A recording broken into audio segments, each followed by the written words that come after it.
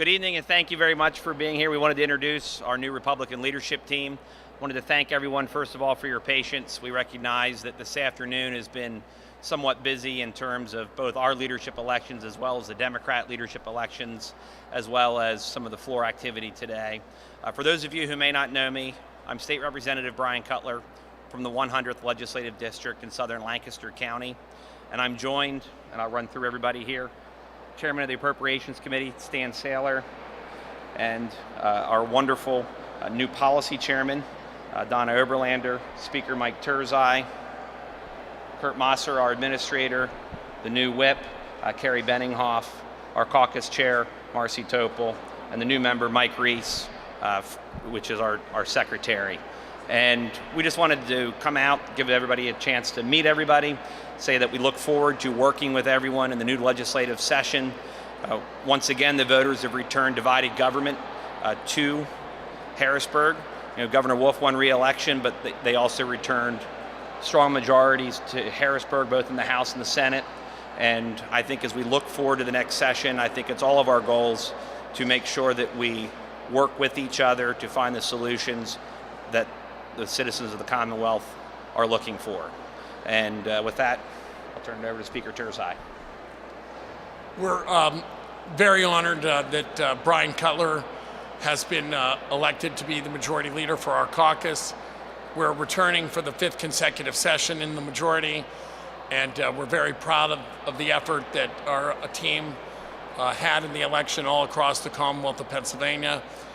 And as you know, given the top of the ticket, which we lost in the gubernatorial race and the United States Senate race, the citizens of Pennsylvania had to come back and vote for our members, and they did so across the Commonwealth of Pennsylvania, such that we now have a 110-member majority, and we're very positive about moving forward with this outstanding leadership team. With that, I'll turn it back over to the leader, and as a group, we'll take some questions. But we are here basically just to introduce our leadership team. We're very proud of our efforts. We're proud to be back in the majority for the 5th consecutive session. And with that, let me turn it over to Bryan, and we'll take questions.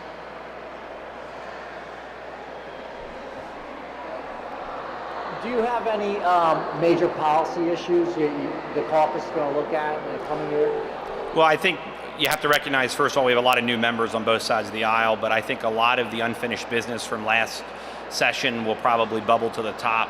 As normally happens at the end of any session, there's always some bills that are unfinished. I think when you look at the career and technical package that got very close to being signed into law last session, and the idea of job skills, particularly when unemployment is near record lows, and the demand for jobs, particularly those in the skilled trades, is at an all-time high. I think we need to do a better job of highlighting those opportunities and matching our resources to that. So I expect that package to come up again. I also think the regulatory reform that both Representative Oberlander and Benninghoff and many of the other members of our caucus worked on, that's something that I heard continually from businesses, was the regulatory environment, particularly where I live, right on the border with Maryland. Literally folks can go 100 yards into Maryland and get a permit in 90 days, and they might have to wait a year or two here. We are competing with them. We need to be competitive with them, and I think those are two good areas where we could improve both our workforce and our competitiveness from a business standpoint. Since you lost a lot of seats in the Southeast, how will that change your caucus and how you conduct business going forward?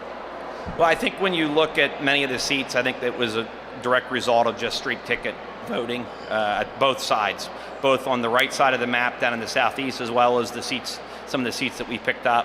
I talked to Representative Barbin. He felt that was, while we had a great candidate, he felt that the tides that he was swimming against was very tough, because that was a very pro-Trump area, and this election was certainly that had that undercurrent to it. I think in terms of dynamics, I think it just means that we have a little bit smaller group of folks to find those 102 votes in, but I'm confident that we can still do it. I couldn't hear you. Caucus more conservative. Yeah, I think both caucuses went a little bit, ours went a little bit more to the right and theirs went a little bit more to the left, but I still think we can find some good solutions. Yeah, Charlie. Does the majority of the majority rule apply in all situations with you? No, I think ideally, we need to find, both as a leadership team and as a caucus, we need to find what we can support, and that's going to be the ultimate goal. But at the end of the day, we do have to govern, and we need to look forward to that. And I think it's important that we govern from a Republican standpoint. So I think that's very important to have a majority of the caucus. And I also wanted to ask you, do you feel like, in this last session, last 4 years, we've seen a couple examples of times where Majority Leader Reid negotiated packages with the Senate and the governor, came back to the caucus, and it kind of fell apart. And I think that was sometimes because there was some disagreement between the Speaker and the Majority Leader.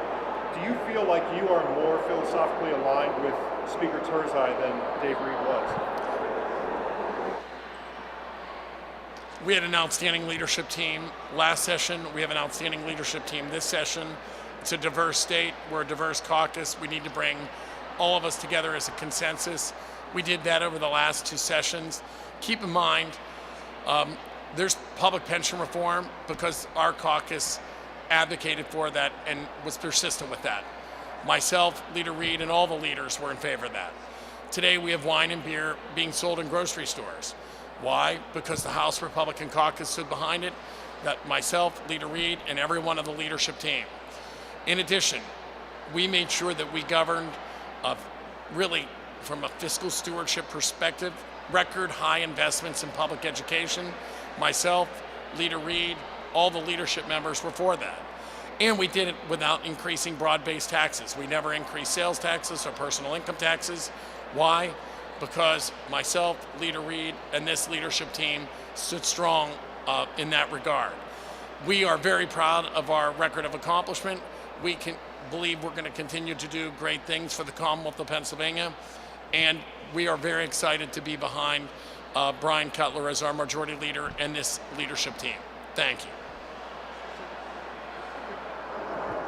Let me hear you address that, though. Do you feel like you're more philosophically in tune with Speaker Turzai than Dave Reid was? Look, Charlie, I'm only going to talk about me personally. I'm more focused on finding solutions. I think if you look back over my legislative history, you'll find a long set of examples in terms of working with Democrats and finding bills that by and large pass unanimously. And I think if we focus on where we agree, we can find those solutions that the taxpayers expect. I think they expect us to work together, and I'd prefer to focus less on philosophies and our differences and more where we can work together. Do you have any idea what you're getting into? Yes. With regard to And I still ran. with regard to the seats in the Southeast, do you think they're gone for good? And if not, how can Republicans win them back? Absolutely not. I think that there continues to be opportunity down there. We had a pickup down there this cycle, as well as 2 pickups out west. Furthermore, when you look at our majority at 121, there were about 22 of those seats that were in districts that had Democratic majorities. Likewise, the Democrats held, I believe, 4 seats that had Republican majorities. We picked up 2 of them this time. So I think the opportunity for pickups continues far into the future. And while that's the political side of the equation, I'm also a firm believer that good policy continues to make good politics, and with good candidates, we can win the seats. And so what would that be? What sort of policy wins do you envision that would further your ability to win back Southeastern seats? I think the Speaker alluded to some of the successes, both in terms of pension reform, liquor privatization. I think you can also look at job development, workforce development, education funding. I mean, we've got the expansion of the EITC programs. We've got a long list of successes, even under a Democratic governor, and I think that that will continue, and those successes will then parlay themselves into political opportunity. Yes. Do you plan to pursue, legislation that the governor has vetoed in the past, like a 20-week abortion ban? Do you think that that might come up again next session? You might pursue that once again? That's something we'll discuss as a leadership team, and then as a caucus. That's going to be my kind of approach. All right, thank you everybody for coming. Certainly appreciate everyone's